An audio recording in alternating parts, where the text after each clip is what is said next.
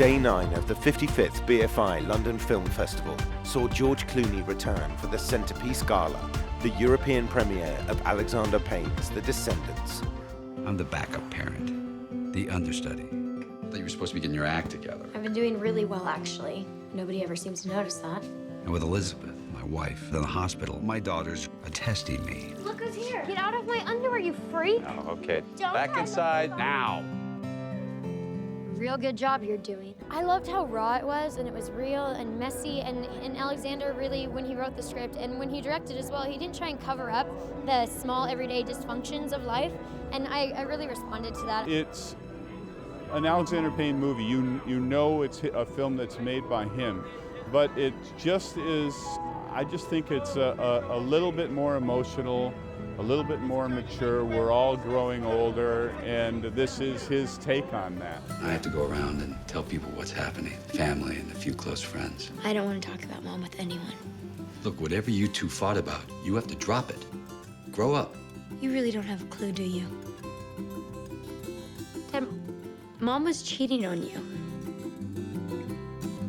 It's always tricky to find young actors or actresses because those who have experience often are too polished and don't seem like the kids I would like them to portray.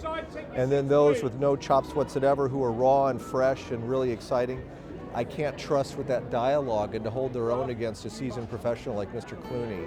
So I was super lucky to find in the older one, in Shailene, someone with the chops, and boy, is she going places. I think every single person will be able to relate to the movie in a different way because it deals with so many different emotions and so many different storylines as well.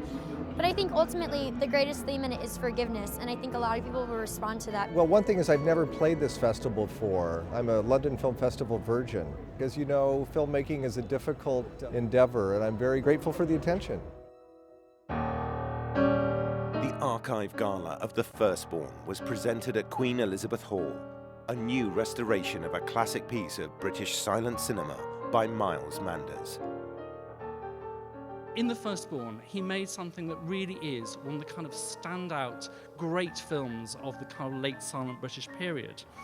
Yet sadly, it came out at a time when so did the talkies, and was therefore very kind of out of kilter with that particular moment.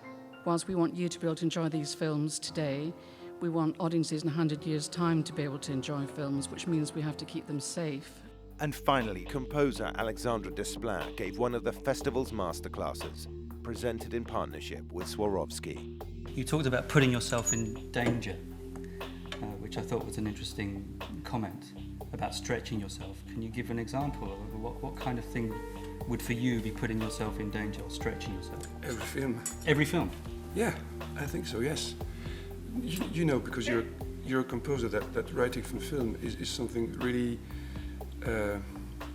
physically and mentally stressful, because of the deadlines, because of the fact that you have a wall that's just in front of you and you have to go through this wall in 3 weeks or 2 weeks or a month, and there's no way you can escape. You can't go back, you can't go above it, you have to go through it. You always fear that you're going to hit the wall and not go through.